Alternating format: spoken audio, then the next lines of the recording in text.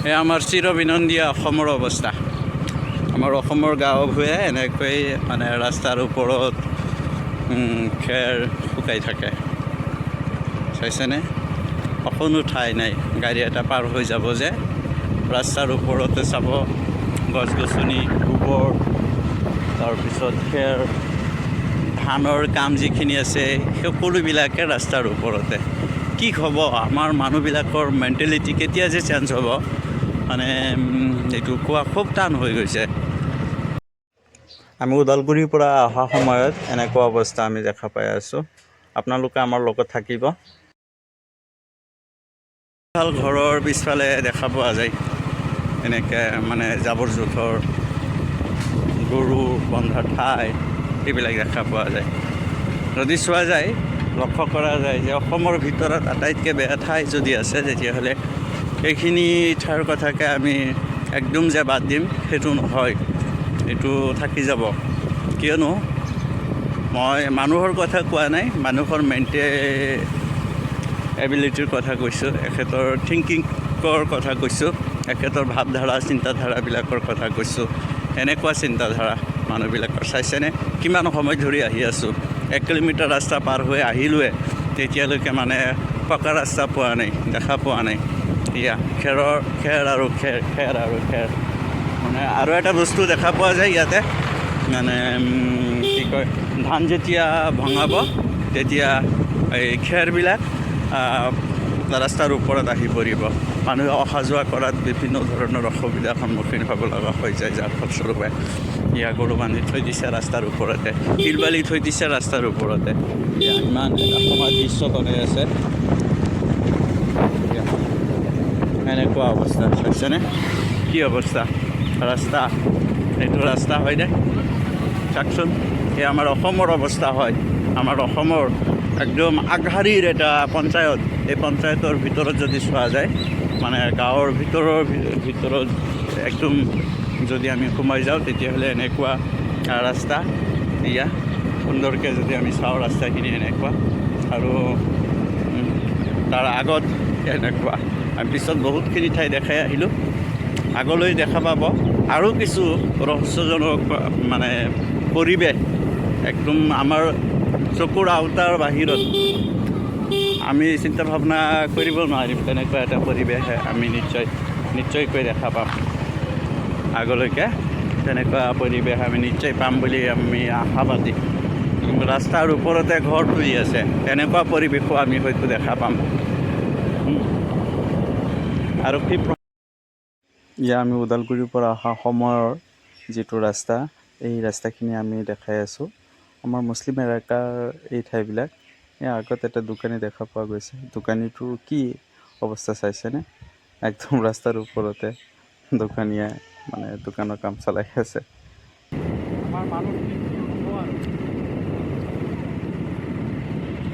কেতিয়া বুজি পাব?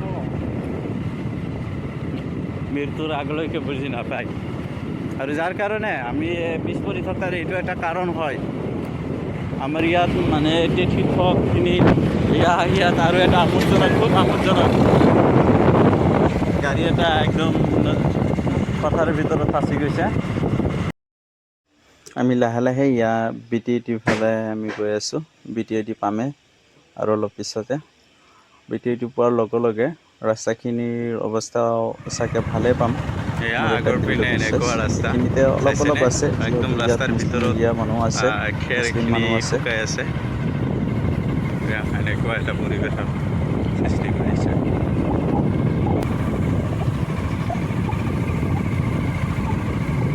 এক্সিডেণ্ট হোৱাৰ চান্স বেছি। খেৰত মানে আমি জোৰেও যাব নোৱাৰোঁ, জোৰকৈ গ'লেও ব্ৰেক কৰিলে শ্লিপ কৰিব, নকৰিলেও শ্লিপ কৰিব। পাইছেনে? মানে দুই চাইডত অলপ খালী থৈছে, আৰু মাজত মানে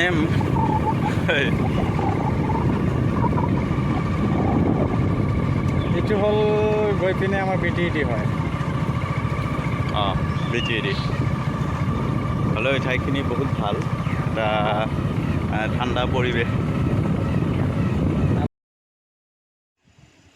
এনেকৈ আৰু অলপ যোৱাৰ পিছতে হয়তো ৰাস্তাৰ অৱস্থা অলপ ভাল পাম, এনেকৈ এটা আশা।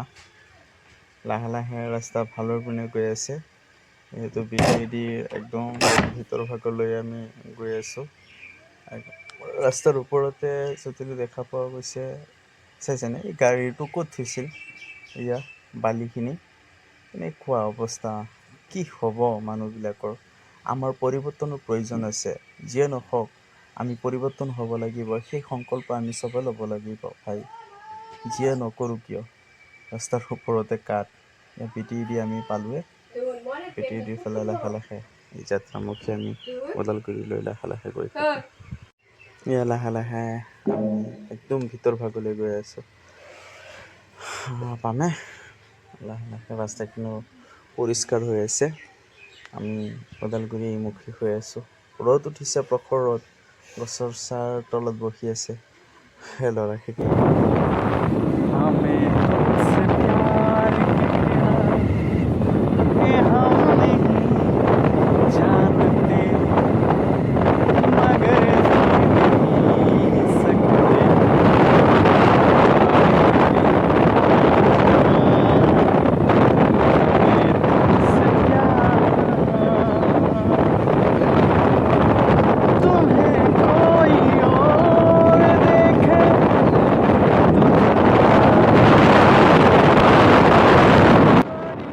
মোৰ আগত বহি আছে আৰু গাড়ী চলাই আছে আৰু লাহে লাহে গানো এটা গুণগুণাই আছে।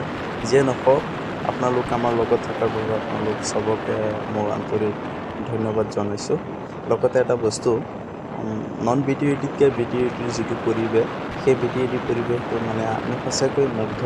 চাৰিওফালে এনেকৈ দেখা পোৱা গৈছে বিভিন্ন ধৰণৰ গছ গছনি, মানুহৰ বসতি যথেষ্ট পৰিমাণে কম দেখা পোৱা গৈছে। গানটো অলপ বন্ধ কৰা দেই। এনেকুৱা এটা ভাল পৰিৱেশ। যিয়ে নহওক এয়া আমি BTDৰ ফালে, ইয়াত এটা মন্দিৰ, এনেকৈ ওদালগুৰিলৈ গৈ আছোঁ। ধন্যবাদ।